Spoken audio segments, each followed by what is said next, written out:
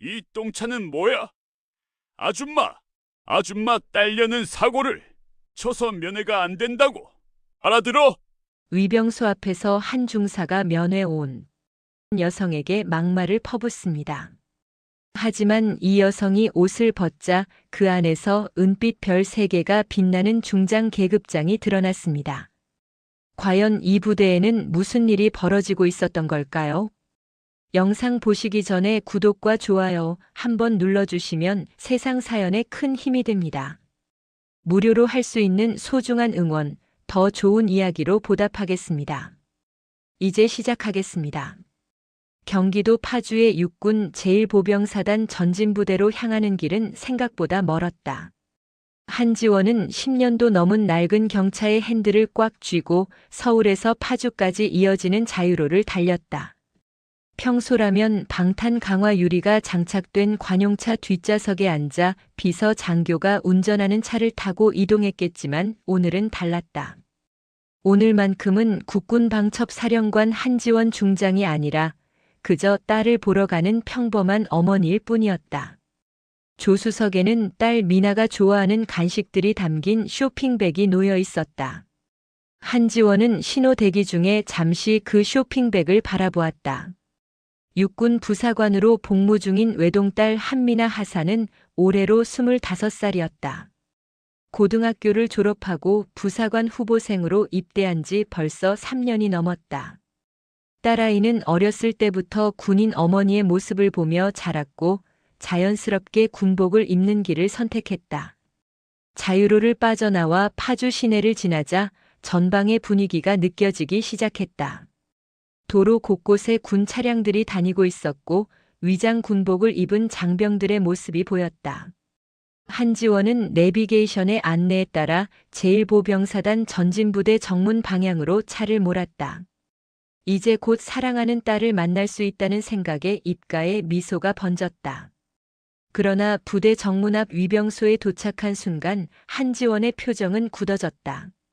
주말 면회 시간이라 그런지 정문 앞은 면회객들의 차량으로 북적였다. 승용차와 SUV들이 줄지어 서 있었고 부모들과 연인들이 위병소를 통과해 부대 안으로 들어가고 있었다. 한지원은 차례를 기다리며 천천히 경차를 앞으로 움직였다. 그녀의 차 앞에는 최신형 외제 SUV가 있었고 뒤에는 광택이 나는 흰색 승용차가 따라오고 있었다. 드디어 한지원의 차례가 되었다. 그녀는 위병소 앞에 차를 세웠다. 위병소에서는 강대호 중사가 민간인 복장의 면회객들을 상대하고 있었다. 30대 초반으로 보이는 강대호 중사는 건장한 체격에 짧게 깎은 머리를 하고 있었다. 그는 앞서 도착한 외제차 운전자에게는 공손하게 경례를 하며 안내를 했지만 한지원의 낡은 경차를 보는 순간 노골적으로 표정이 변했다. 강대호 중사는 한지원의 차에 다가오더니 창문을 두드렸다. 한지원이 창문을 내리자 그는 차를 훑어보듯 바라보며 인상을 찌푸렸다. 차체 곳곳에는 먼지가 쌓여 있었고 범퍼에는 작은 흠집들이 있었다. 강대호 중사는 짜증스러운 목소리로 말했다. 이 차 뭡니까? 면회 오시려면 최소한 깨끗한 차를 타고 오셔야죠. 한지원은 침착하게 대답했다. 면회 왔습니다. 한미나 하사 면회요. 강대호 중사는 코웃음을 쳤다. 한미나요? 그 하사 면회요? 아니 이런 똥차 몰고 부대까지 오시면 어떡합니까? 다른 면회객들한테 민망하지도 않으세요? 한지원은 눈썹 하나 까딱하지 않고 그를 바라보았다. 국군 방첩 사령관으로서 수많은 작전을 지휘하고 위기 상황을 관리해온 그녀였다. 707 특수임무단에서 복무할 때는 적진 한복판에 잠입해 임무를 수행하기도 했다. 이 정도 모욕은 그저 참아낼 만한 수준이었다. 그러나 군의 최일선에서 국민을 대면하는 위병소에서 이런 언행이 벌어지고 있다는 사실이 그녀를 경악하게 만들었다. 죄송합니다. 그냥 면회만 하고 가겠습니다. 한지원은 말없이 고개를 숙였다. 그러나 그녀의 눈은 이미 위병소 주변의 모든 것을 관찰하고 있었다.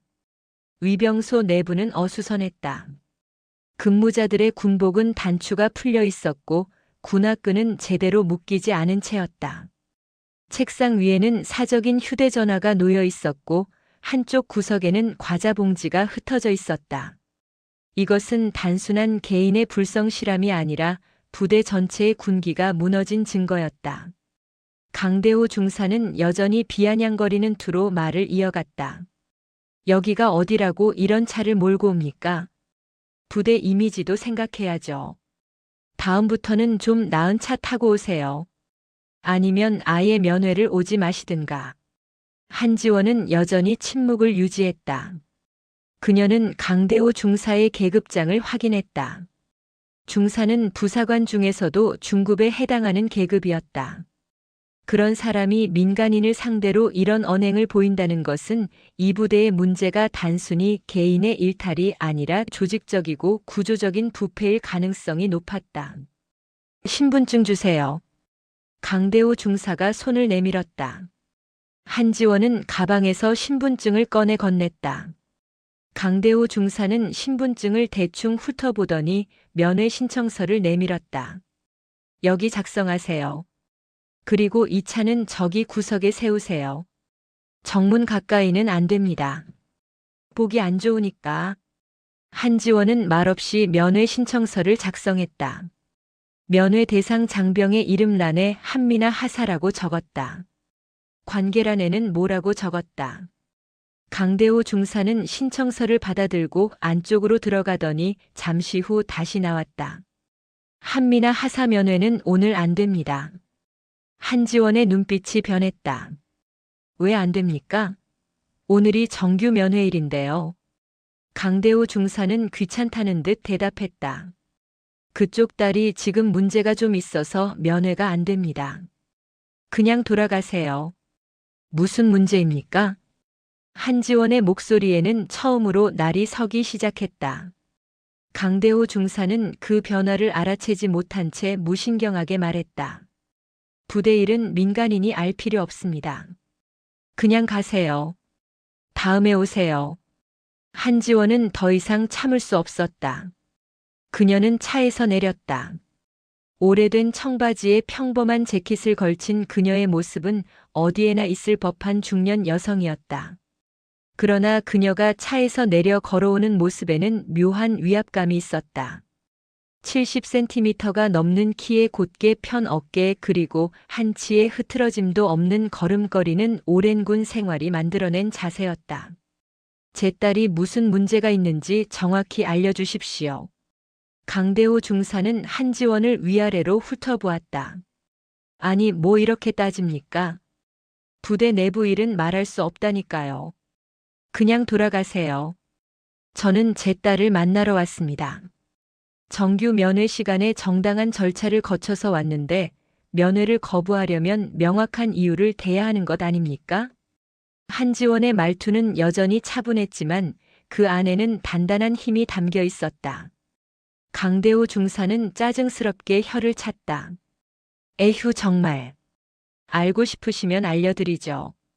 당신 딸 한미나 하사는 지금 하급자 교육을 제대로 못해서 사고를 쳤습니다. 그래서 조사받는 중이에요. 만족하셨습니까? 이제 가세요. 한지원의 눈빛이 얼음처럼 차갑게 변했다. 하급자 교육 미흡으로 사고가 났다는 말은 전형적인 책임 전가였다. 부대에서 무언가 문제가 발생했을 때 중간 계급의 부사관에게 책임을 뒤집어 씌우는 고전적인 수법이었다. 한지원은 수십 년간 군에 몸담으며 이런 사례들을 수없이 목격했다. 제 딸이 어디에 있습니까? 직접 만나서 이야기를 듣고 싶습니다. 강대호 중사는 완전히 화가 난 얼굴로 소리쳤다. 아니 대체 무슨 말을 알아들으세요? 지금 조사 중이라니까요. 만날 수 없다고요. 그리고 당신 차 당장 저리 치워요. 여기 주차하면 안 된다고 했잖아요. 한지원은 더 이상 말하지 않았다. 그녀는 조용히 뒤를 돌아 자신의 차로 걸어갔다. 강대호 중사는 드디어 저 성가신 여자가 돌아간다고 생각하며 안도의 한숨을 쉬었다.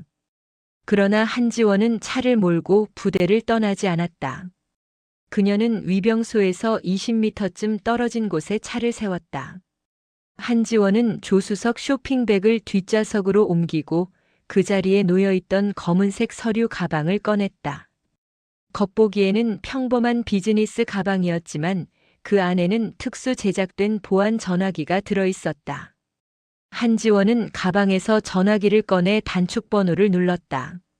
신호음이 2번 울리자마자 전화가 연결되었다. 국군방첩사령부 지휘통제실입니다. 차분하면서도 긴장감이 감도는 남성의 목소리가 들렸다. 한지원은 낮고 위험 있는 목소리로 말했다. 나 한지원이다. 상황실장 연결해. 전화 너머에서 잠시 정적이 흘렀다.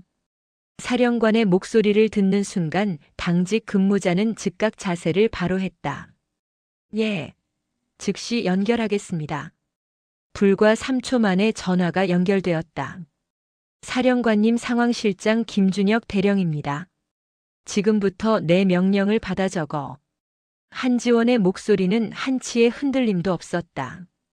이것은 더 이상 딸을 걱정하는 어머니의 목소리가 아니었다.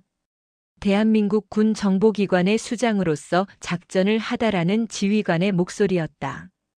예, 준비되었습니다. 현 시각부로 육군 제1보병사단 전진부대에 대한 긴급 방첩 수사를 개시한다. 코드명은 청룡작전이다. 예, 청룡작전 개시. 한지원은 차창 밖으로 위병소를 바라보았다. 강대호 중사는 여전히 다른 면회객들을 상대하고 있었다. 그는 자신이 방금 누구를 모욕했는지 전혀 알지 못했다. 전화를 끄는 한지원은 여전히 차 안에서 부대를 관찰했다. 시계를 확인하니 오후 2시 30분이었다. 정규 면회 시간은 오후 1시부터 5시까지였다. 이미 1시간 반이나 지났지만 미나의 모습은 보이지 않았다. 다른 면회객들은 자녀들과 만나 부대 내 면회실이나 휴게 공간에서 즐거운 시간을 보내고 있을 것이었다. 그러나 한지원의 딸만은 어디에서 무엇을 하고 있는지조차 알 수 없었다. 한지원은 차에서 내려 다시 위병소로 걸어갔다. 이번에는 좀 더 단호한 태도로 접근할 필요가 있었다. 위병소에 도착하자 강대호 중사가 다시 그녀를 발견하고는 노골적으로 인상을 찌푸렸다. 아니, 아직도 안 가셨어요? 면회 안 된다고 했잖아요. 한지원은 침착하게 말했다. 제 딸이 조사를 받고 있다고 하셨는데 그렇다면 조사 담당자나 중대장님이라도 만나서 상황을 듣고 싶습니다. 정당한 요청 아닙니까?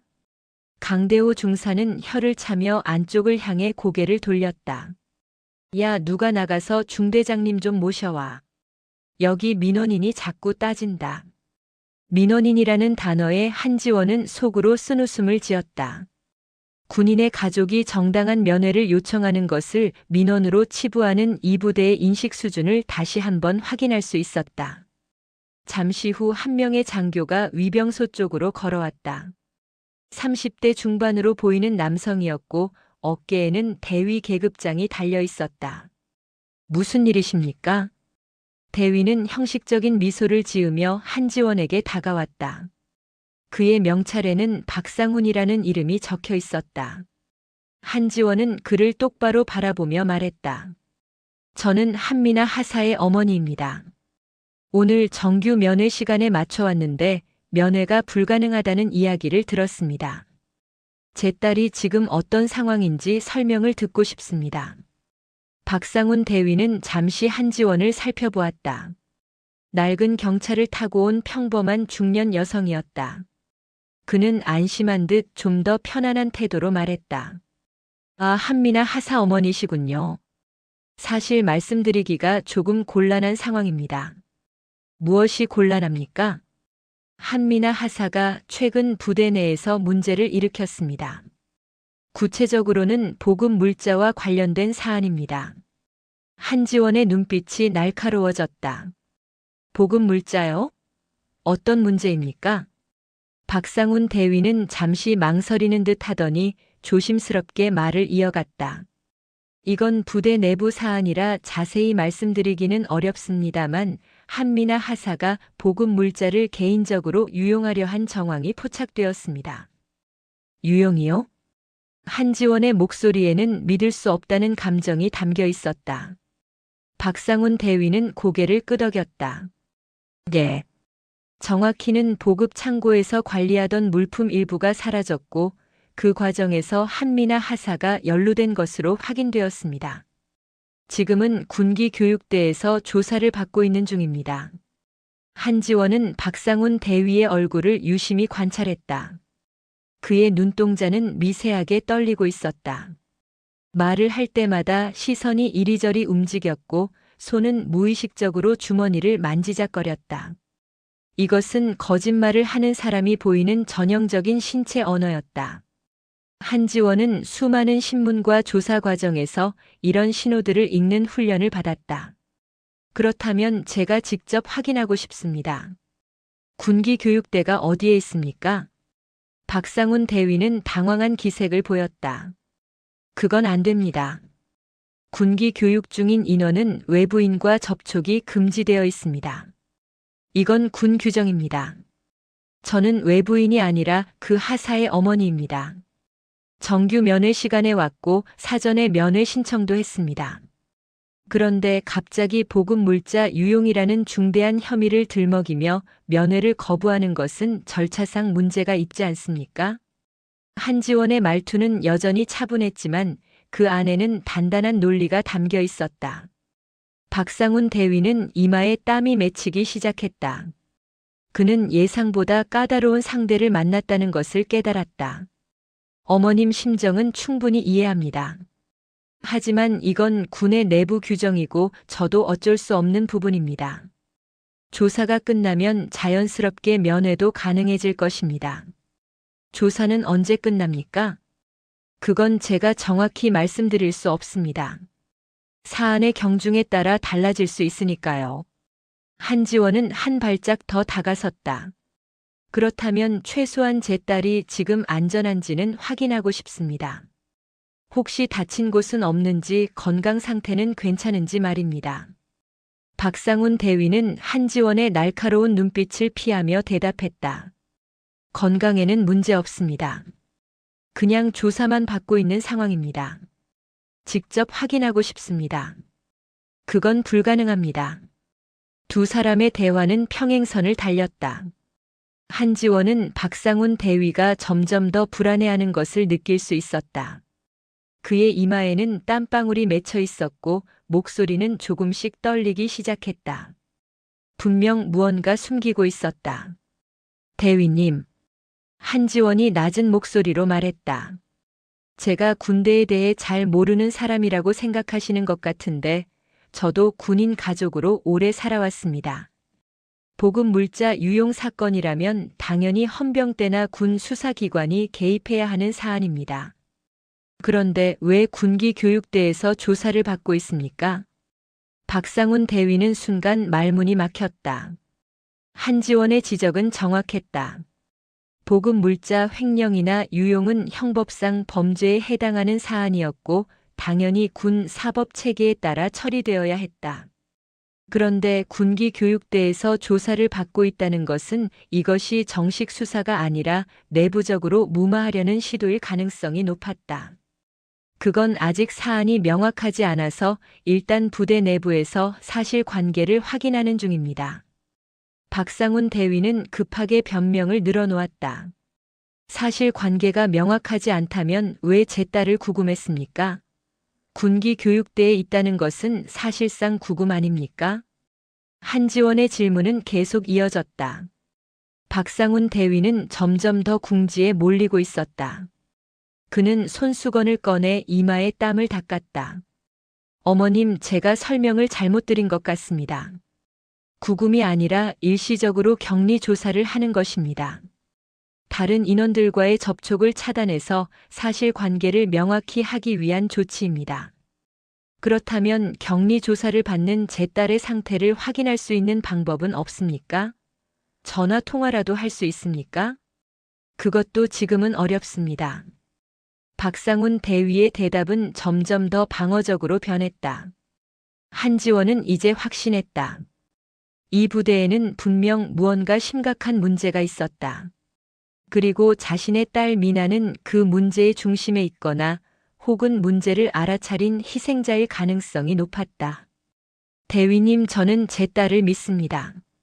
미나는 어렸을 때부터 정직하고 원칙을 중시하는 아이였습니다. 그 아이가 복음 물자를 훔친다는 것은 있을 수 없는 일입니다. 한지원의 목소리에는 단호함이 묻어났다. 박상훈 대위는 난처한 표정을 지었다. 어머니의 마음은 이해합니다만 이건 제가 판단할 문제가 아닙니다. 조사 결과에 따라 모든 것이 밝혀질 것입니다. 언제까지 기다려야 합니까? 최대한 빨리 처리하도록 하겠습니다. 박상훈 대위는 더 이상 대화를 이어가고 싶지 않다는 듯 뒤로 물러섰다. 어머님, 오늘은 이만 돌아가시는 게 좋겠습니다. 조사가 끝나면 연락드리겠습니다. 한지원은 더 이상 말하지 않았다. 그녀는 박상훈 대위의 눈을 똑바로 바라보았다. 그의 눈동자는 여전히 불안하게 흔들리고 있었다. 땀에 젖은 이마와 떨리는 손 그리고 자꾸만 시선을 피하려는 태도까지 모든 것이 거짓말의 신호였다. 한지원은 천천히 뒤를 돌아 자신의 차로 걸어갔다. 박상훈 대위는 그녀가 드디어 포기하고 돌아간다고 생각하며 안도의 한숨을 쉬었다. 그러나 한지원은 차에 오르지 않았다. 그녀는 차 옆에 서서 휴대전화를 꺼냈다. 한지원은 전화기를 들어 다시 국군방첩사령부로 전화를 걸었다. 이번에는 작전 담당 참모에게 직접 연결을 요청했다. 작전처장 연결해. 예. 즉시 연결하겠습니다. 몇 초 후 전화가 연결되었다.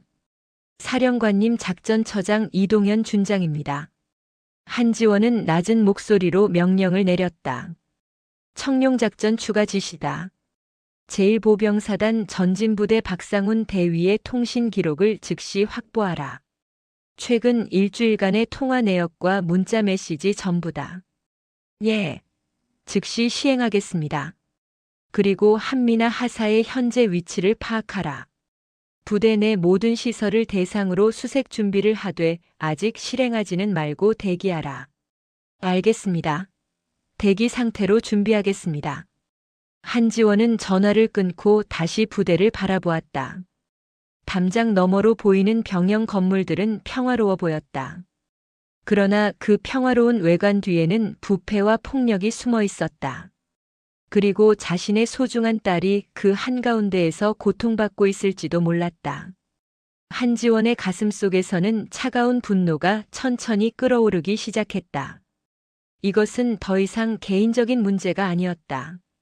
대한민국 군의 명예와 정의가 짓밟히고 있었다. 그리고 국군 방첩 사령관으로서 그녀는 이 부패를 반드시 뿌리 뽑아야 했다. 한지원은 차로 돌아와 운전석에 앉았다. 그녀는 잠시 눈을 감고 깊게 숨을 들이마셨다. 지금 이 순간 그녀는 중대한 결단을 내려야 했다. 한쪽에는 딸을 걱정하는 어머니로서의 감정이 있었고, 다른 한쪽에는 국가의 군사 조직을 책임지는 지휘관으로서의 의무가 있었다. 그러나 이 두 가지는 결코 상충되는 것이 아니었다.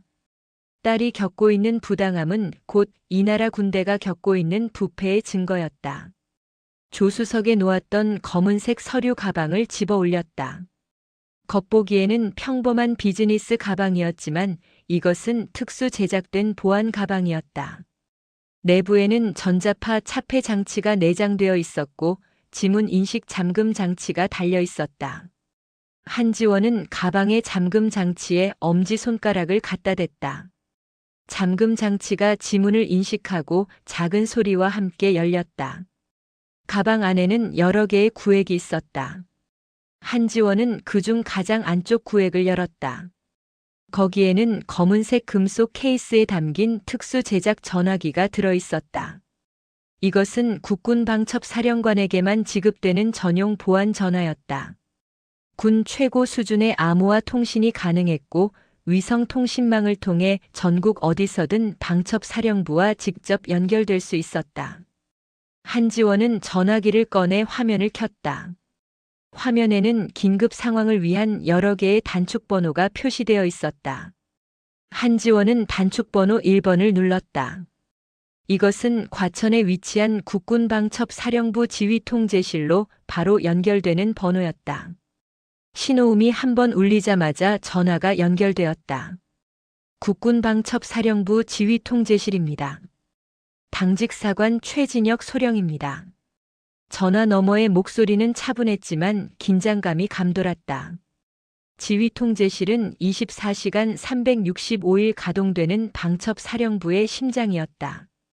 이곳에서는 전국의 모든 군부대에서 발생하는 보안 관련 정보가 실시간으로 모니터링되었다. 나 한지원이다. 한지원의 목소리는 낮았지만 명확했다. 전화 너머에서 잠시 정적이 흘렀다. 최진혁 소령은 즉각 자세를 바로 했다. 사령관님, 최진혁 소령 근무 중입니다. 상황실장 즉시 연결해. 예, 즉시 연결하겠습니다.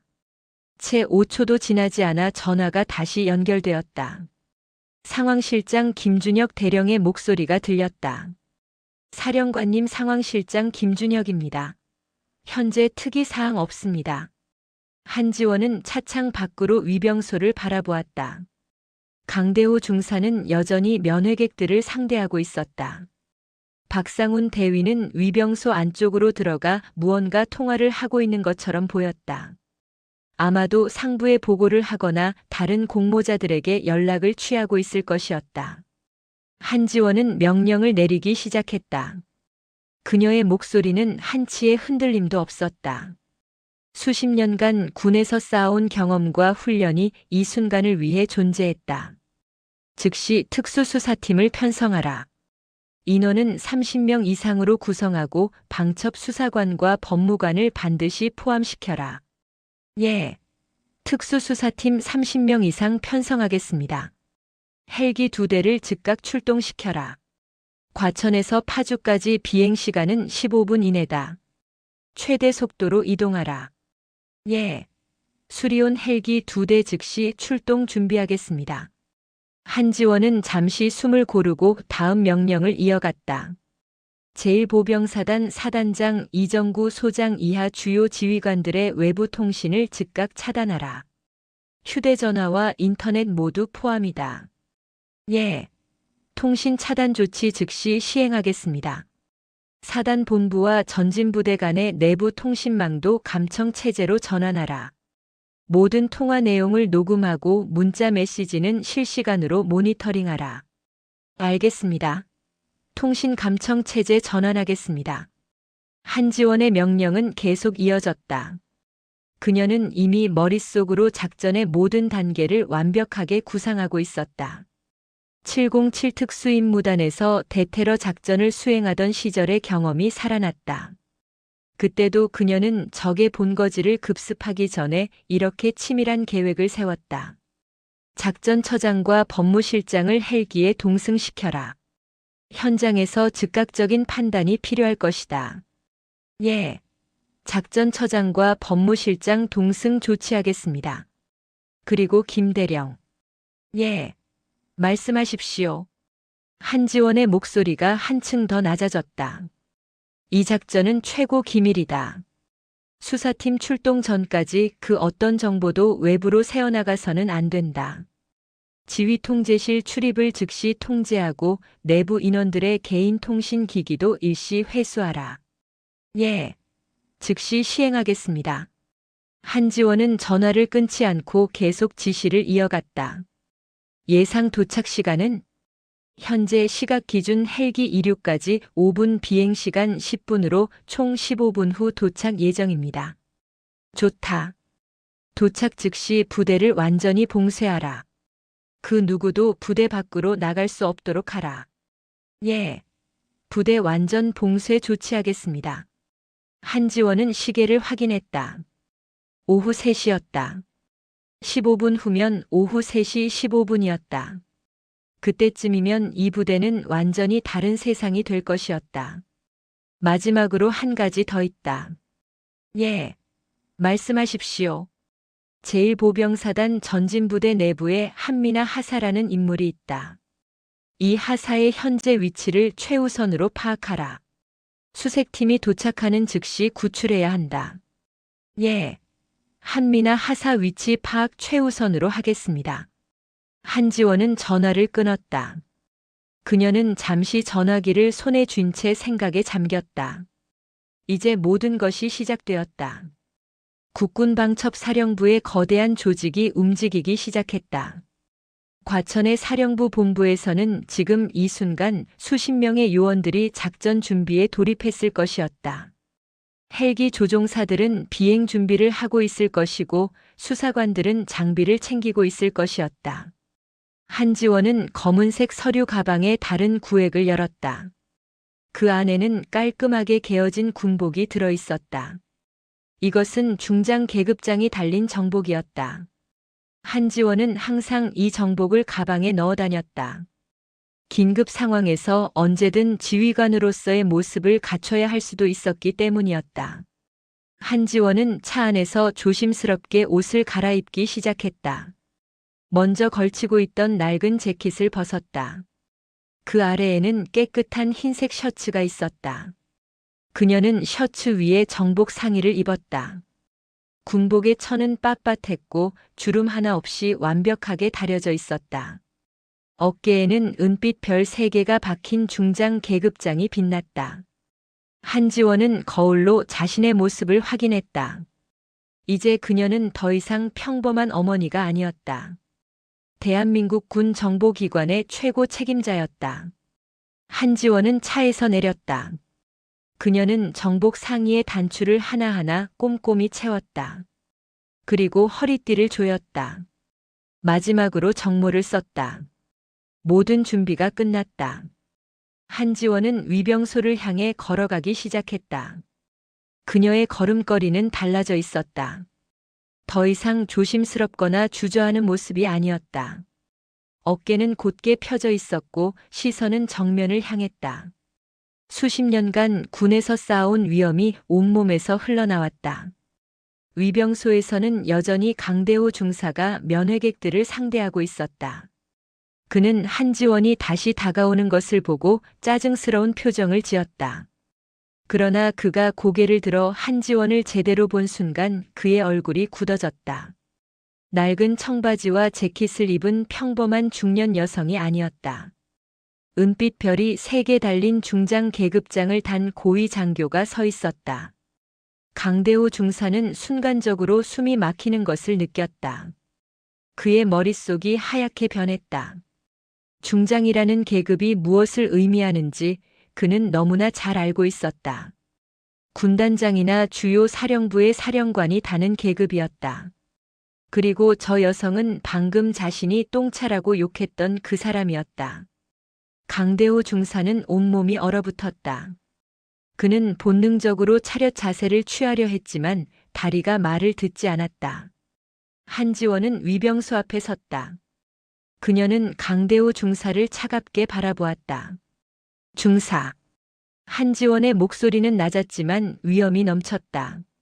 나를 보고도 경례를 하지 않는가? 강대호 중사는 그제야 정신을 차리고 황급히 경례를 올렸다. 그의 손은 심하게 떨리고 있었다. 충성. 죄송합니다. 한지원은 경례를 받고 거수 경례로 답했다. 그녀는 위병소 안으로 걸어 들어갔다. 위병소 안에 있던 다른 병사들도 모두 한지원을 보고 얼어붙었다. 중장이 전진부대 위병소에 나타난다는 것은 상상도 할 수 없는 일이었다. 한지원은 위병소 책상 위에 놓인 전화기를 집어들었다. 그녀는 부대 내선 번호를 눌렀다. 사단 상황실로 연결하라. 한지원의 명령에 위병소 내부는 완전한 정적에 휩싸였다. 모든 것이 변했다. 15분 후면 이 부대는 완전히 다른 세상이 될 것이었다. 한지원이 부대 상황실에 연락을 취한 지 정확히 10분이 지났다. 파주 상공에는 낮게 깔린 구름이 있었지만 시야를 가릴 정도는 아니었다. 한지원은 위병소 밖으로 나와 하늘을 바라보았다. 그녀의 귀에는 멀리서 들려오는 헬기 로터의 소리가 감지되었다. 일반인들은 아직 알아채지 못했지만 수십 년간 군에서 복무한 한지원의 귀는 그 소리를 정확히 구분할 수 있었다. 소리는 점점 가까워졌다. 이제 다른 사람들도 그 소리를 듣기 시작했다. 면회객들이 고개를 들어 하늘을 바라보았다. 강대호 중사는 여전히 위병소 안에서 한지원의 눈치를 살피며 꼼짝하지 못하고 있었다.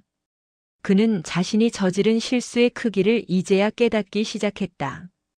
드디어 2대의 수리온 헬기가 부대 상공에 나타났다. 검은색으로 도색된 헬기들은 방첩 사령부 소속임을 나타내는 특수 마킹이 되어 있었다. 헬기들은 부대 연병장 상공을 선회하더니 천천히 고도를 낮추기 시작했다. 로터가 만들어내는 강한 바람이 연병장의 흙먼지를 일으켰다. 훈련 중이던 병사들이 놀라 헬기를 바라보았다. 첫 번째 헬기가 연병장 중앙에 착륙했다. 바퀴가 땅에 닿자마자 측면 도어가 열렸다. 검은색 작전복을 입은 수사관들이 신속하게 내렸다. 그들은 모두 방탄조끼를 착용하고 있었고 허리에는 권총이 차여 있었다. 첫 번째 헬기에서 약 15명의 수사관이 내렸다. 곧이어 2번째 헬기도 착륙했고 역시 15명의 수사관들이 내렸다. 수사관들을 이끄는 인물은 작전처장 이동현 준장이었다. 그는 50대 초반의 군인으로 방첩 업무에서 20년 넘게 경력을 쌓은 베테랑이었다. 이동현 준장은 헬기에서 내리자마자 주변 상황을 빠르게 파악했다. 그는 휴대용 무전기를 들어 명령을 내렸다. 전 팀원 임무 개시한다. 1팀은 사단장실로 이동하라. 2팀은 행정실과 보급 창고를 확보하라. 3팀은 부대 출입구를 완전히 봉쇄하라. 1팀 알겠습니다. 2팀 알겠습니다. 3팀 알겠습니다. 수사관들은 즉시 각자의 임무 지역으로 흩어졌다. 그들의 움직임은 정확하고 신속했다. 연병장에 있던 병사들과 간부들은 갑작스러운 상황에 어찌할 바를 몰랐다. 누군가가 사단 본부에 보고하려 했지만 이미 통신이 차단된 후였다. 휴대전화는 신호가 잡히지 않았고 유선 전화는 통제되어 있었다. 한지원은 위병소를 나와 연병장으로 걸어갔다. 이동현 준장은 한지원을 발견하고 즉시 달려와 경례를 올렸다. 충성. 작전처장 이동현 준장 도착했습니다. 한지원은 경례를 받으며 물었다. 상황은? 부대 외곽 봉쇄 완료했습니다. 현재 주요 시설 확보 중입니다. 좋다. 나는 한미나 하사를 찾으러 간다. 준장은 사단장실 수색을 직접 지휘하라. 알겠습니다. 한지원은 부대 안쪽으로 걸어가기 시작했다. 그녀는 이미 부대 배치도를 머릿속에 그리고 있었다. 박상훈 대위가 말한 군기 교육대는 부대 후방에 위치한 낡은 건물이었다. 그러나 한지원은 그곳이 아니라 더 외진 곳을 향했다. 만약 정말로 미나를 숨기려 한다면 사람들의 눈에 잘 띄지 않는 곳을 선택했을 것이었다. 한지원은 부대 최후방에 위치한 보급 창고 지역으로 향했다. 그곳에는 오래된 창고 건물들이 여러 개 있었다. 대부분은 사용하지 않는 장비나 폐기 예정인 물자들을 보관하는 곳이었다. 한지원은 각 창고를 하나씩 확인하기 시작했다. 세 번째 창고에 도착했을 때 그녀는 문 앞에서 멈췄다. 문에는 자물쇠가 채워져 있었다. 일반적으로 보급 창고는 관리를 위해 잠가두지만 이 자물쇠는 새 것이었다. 최근에 설치한 것이 분명했다. 한지원은 무전기를 들어 지원을 요청했다. 여기는 한지원이다. 후방 보급 창고 3번 건물로 지원 인력을 보내라. 알겠습니다. 즉시 보내겠습니다. 1분도 채 지나지 않아 4명의 수사관이 달려왔다. 그중 1명은 절단 장비를 가지고 있었다. 수사관은 자물쇠에 절단기를 대고 작업을 시작했다. 금속이 잘리는 소리가 들렸고 곧 자물쇠가 떨어졌다. 한지원은 직접 창고 문을 열었다. 창고 내부는 어두웠다. 창문이 거의 없어서 외부 빛이 들어오지 않았다. 한지원은 손전등을 켜고 안으로 들어갔다. 창고 안에는 오래된 군용 물자들이 쌓여 있었다. 낡은 침낭과 텐트 그리고 사용하지 않는 장비들이 먼지를 뒤집어 쓴 채 방치되어 있었다. 한지원은 손전등으로 창고 내부를 비추며 천천히 앞으로 나아갔다. 창고 가장 안쪽에서 한지원은 멈춰섰다. 손전등 불빛이 바닥에 쓰러진 인물을 비췄다. 군복을 입은 여성이 차가운 콘크리트 바닥에 누워 있었다. 한지원은 심장이 멈추는 것 같았다. 그녀는 재빨리 달려가 그 사람 옆에 무릎을 꿇었다. 미나야. 한지원의 목소리가 떨렸다. 그녀는 딸의 어깨를 잡고 조심스럽게 뒤집었다. 미나의 얼굴이 드러났다. 얼굴 곳곳에는 멍이 들어 있었다. 왼쪽 눈 주변은 심하게 부어 있었고 입술은 터져 있었다. 군복도 찢어진 곳이 있었고 팔에는 피멍이 여러 개 보였다. 미나야, 정신 차려. 엄마야. 한지원은 딸의 맥박을 확인했다. 다행히 맥박은 뛰고 있었다. 약하지만 규칙적이었다. 한지원은 무전기를 들었다. 의무팀 즉시 후방 보급 창고 3번으로 와라. 부상자 발생했다. 알겠습니다. 즉시 이동하겠습니다. 한지원은 딸을 조심스럽게 안아 올렸다. 미나의 몸은 차가웠다. 이곳에 얼마나 오래 갇혀 있었는지 알 수 없었다. 한지원은 자신의 정복 상의를 벗어 딸에게 덮어주었다. 미나는 여전히 의식이 없었지만 미세하게 숨을 쉬고 있었다. 잠시 후 의무병들이 들것을 들고 달려왔다. 그들은 신속하게 미나를 들것에 옮기고 응급처치를 시작했다. 한지원은 그 모습을 지켜보며 주먹을 꽉 쥐었다. 그녀의 눈에는 차가운 분노가 타오르고 있었다. 이것은 더 이상 단순한 군기 문란이나 개인적인 일탈이 아니었다. 조직적인 폭력이었고 은폐였다. 한지원은 창고를 나와 부대 중심부로 향했다. 그녀의 발걸음은 빨라졌다. 이제 진실을 밝혀낼 시간이었다. 사단장실이 있는 본부 건물로 향하는 동안 한지원은 무전기로 상황을 확인했다. 이동현 준장 현재 상황 보고하라. 사단장실 진입 완료했습니다. 현재 문서 압수 중입니다. 사단장은 어디 있나? 사단장은 외부 일정으로 부재 중입니다. 그러나 비서실과 행정실에서 중요한 문서들을 발견했습니다. 어떤 문서인가?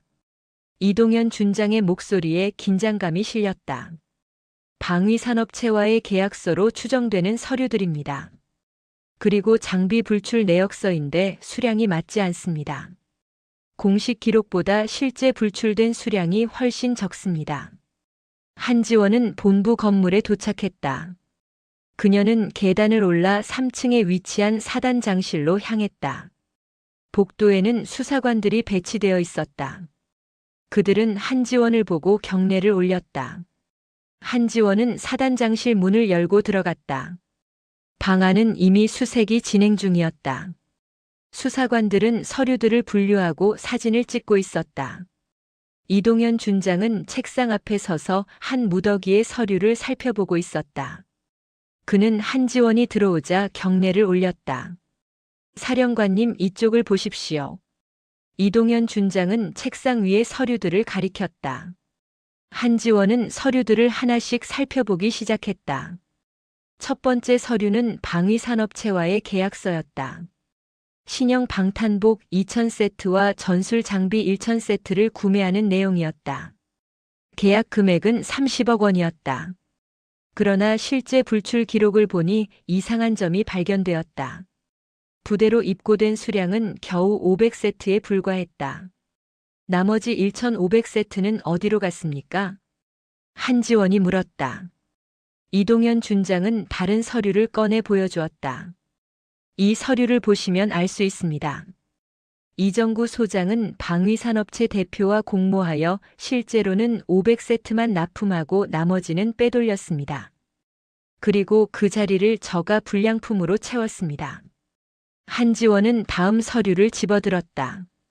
그것은 은행 거래 내역서였다. 이정구 소장 명의의 비밀 계좌로 수십억 원이 입금된 기록이 있었다. 입금 날짜는 방위산업체와의 계약이 체결된 직후였다. 이것이 전부입니까? 아닙니다.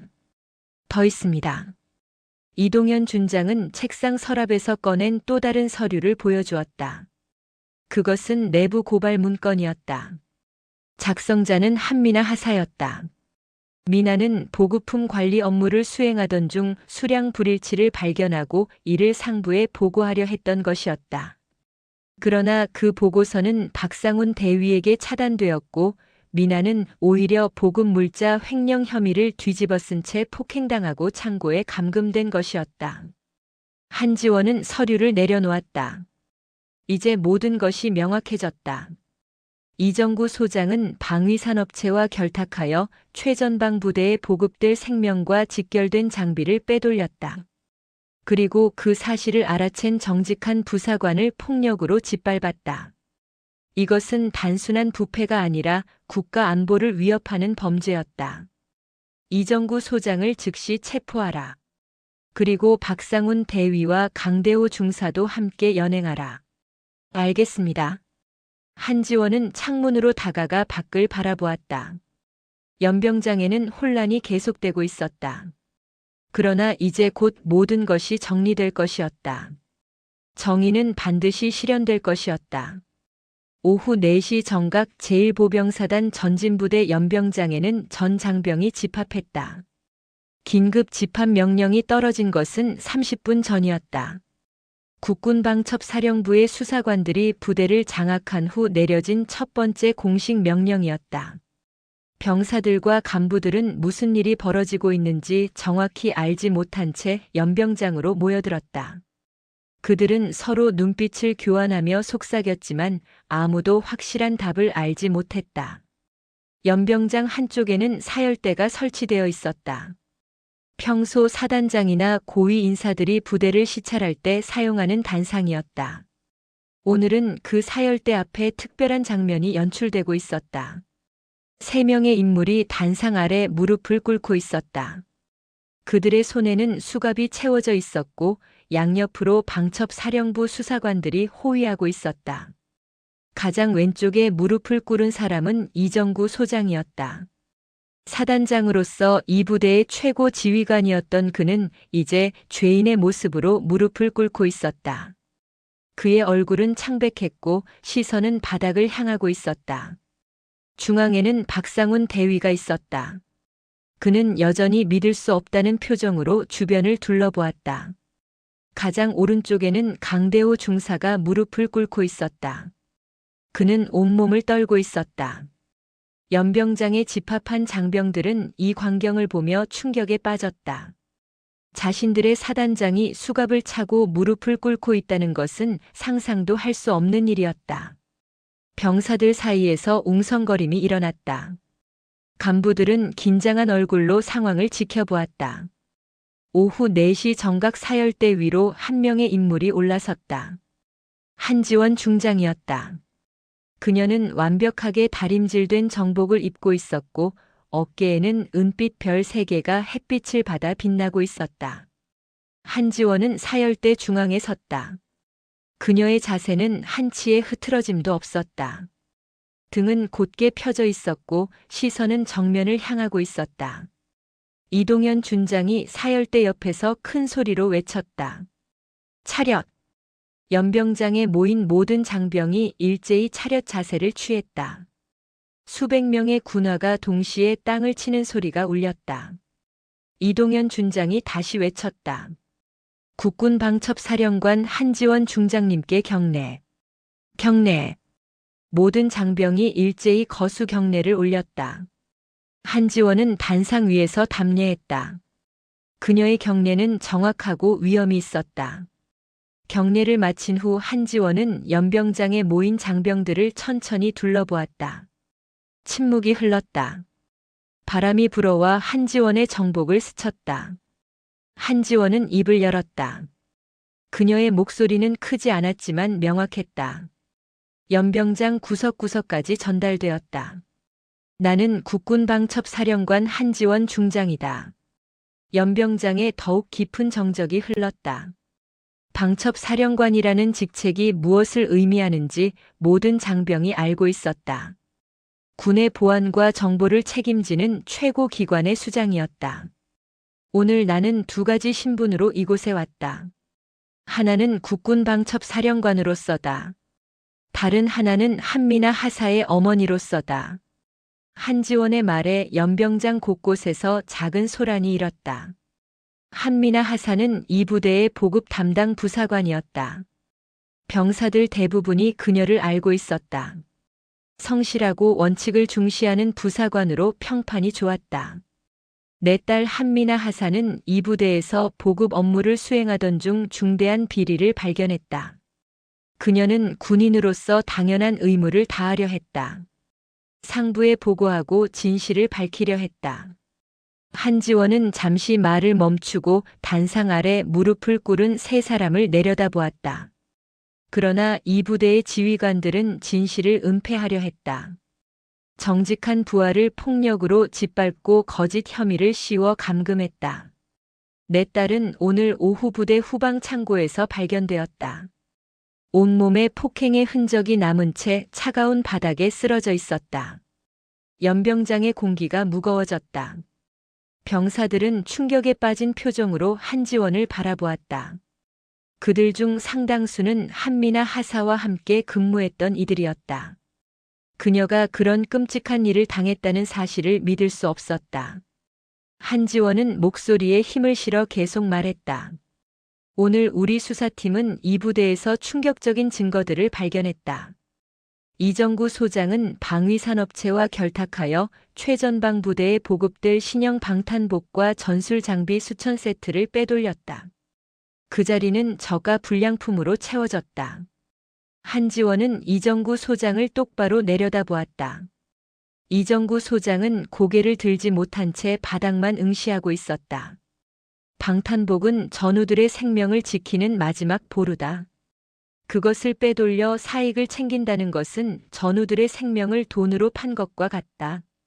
이것은 단순한 부패가 아니다. 이것은 반역이다. 한지원의 말에 연병장 곳곳에서 분노의 웅성거림이 일어났다.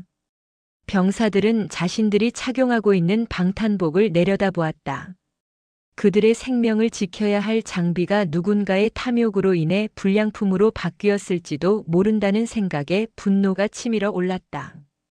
박상훈 대위는 이정구 소장의 지시를 받아 한미나 하사를 폭행하고 감금했다. 진실을 밝히려는 부하를 짓밟은 것이다. 강대호 중사는 그 과정에 직접 가담했다. 한지원은 세 사람을 차례로 바라보았다. 군인의 가장 기본적인 가치는 무엇인가? 그것은 명예와 의무 그리고 전우애다. 너희들은 그 모든 것을 배신했다. 너희들은 계급장을 달고 있었지만 이미 군인이 아니었다. 한지원의 목소리가 더욱 단호해졌다. 대한민국 군인으로서 나는 선언한다. 이정구 소장 박상훈 대위 강대호 중사 너희들은 오늘 이 시각부로 군에서 파면된다. 그리고 군사법원에서 정당한 심판을 받게 될 것이다. 이동현 준장이 앞으로 나섰다. 그는 서류를 펼쳐들고 공식적으로 선언했다. 국군방첩사령부는 국방부 장관의 승인을 받아 다음과 같이 조치한다. 이정구 소장은 즉시 파면되며 군사법원에 기소된다. 박상훈 대위와 강대호 중사 역시 동일하게 처리된다. 수사관들이 세 사람을 일으켜 세웠다. 이정구 소장은 여전히 고개를 들지 못했다. 박상훈 대위는 한지원을 올려다보았다. 그의 눈에는 후회와 두려움이 가득했다. 강대호 중사는 떨리는 목소리로 말했다. 죄송합니다. 죄송합니다. 그러나 한지원은 대답하지 않았다. 그녀는 다시 연병장의 장병들을 향해 말했다. 오늘 이 자리에 모인 모든 장병들에게 말한다. 군인은 계급과 직책에 관계없이 정의를 실천해야 한다. 부당한 명령에는 저항해야 하고 잘못된 관행에는 목소리를 내야 한다. 한미나 하사는 그것을 실천했다. 그녀는 진정한 군인이다. 한지원은 잠시 숨을 고르고 마지막 말을 이어갔다. 이 부대는 오늘부터 새롭게 시작할 것이다. 부패와 폭력이 사라진 정의로운 부대가 될 것이다. 그것이 한미나 하사와 같은 정직한 군인들이 안전하게 복무할 수 있는 길이다. 한지원은 경례 자세를 취했다. 대한민국 만세! 만세! 연병장의 모든 장병이 일제히 화답했다. 그들의 목소리가 하나로 합쳐져 하늘로 울려 퍼졌다. 수사관들은 3명의 피의자를 연병장 밖으로 끌고 갔다. 헬기가 대기하고 있었다. 그들은 과천의 국군방첩사령부로 이송되어 군 검찰에 인계될 예정이었다. 한지원은 사열대에서 내려와 이동현 준장에게 다가갔다. 부대 정상화 작업을 시작하라. 새로운 지휘부가 도착할 때까지 우리가 관리한다. 알겠습니다. 한지원은 부대를 떠나 미나가 입원한 병원으로 향했다. 파주의 한군 병원이었다. 한지원이 병원에 도착했을 때는 오후 5시가 넘어 있었다. 그녀는 안내를 받아 미나가 입원한 병실로 갔다. 병실 문을 열자 침대에 누워있는 미나가 보였다. 그녀는 이미 깨어나 있었다. 얼굴의 상처들은 치료를 받았고 링거가 연결되어 있었다. 미나는 문이 열리는 소리를 듣고 고개를 돌렸다. 그녀는 엄마를 보자 눈물을 흘리기 시작했다. 엄마. 한지원은 재빨리 침대 옆으로 다가가 딸의 손을 잡았다. 그녀의 눈에도 눈물이 맺혔다. 미나야, 괜찮니? 미나는 고개를 끄덕였다. 그녀는 엄마의 정복을 보고 어깨의 계급장을 확인했다. 은빛 별 3개가 빛나고 있었다. 엄마가 중장이었어요? 한지원은 쓴웃음을 지었다. 미안하다. 숨겼구나. 미나는 고개를 저었다. 아니에요. 이해해요. 저도 군인이니까요. 한지원은 딸의 손을 더 세게 잡았다. 미나야, 내가 한 일이 옳았다.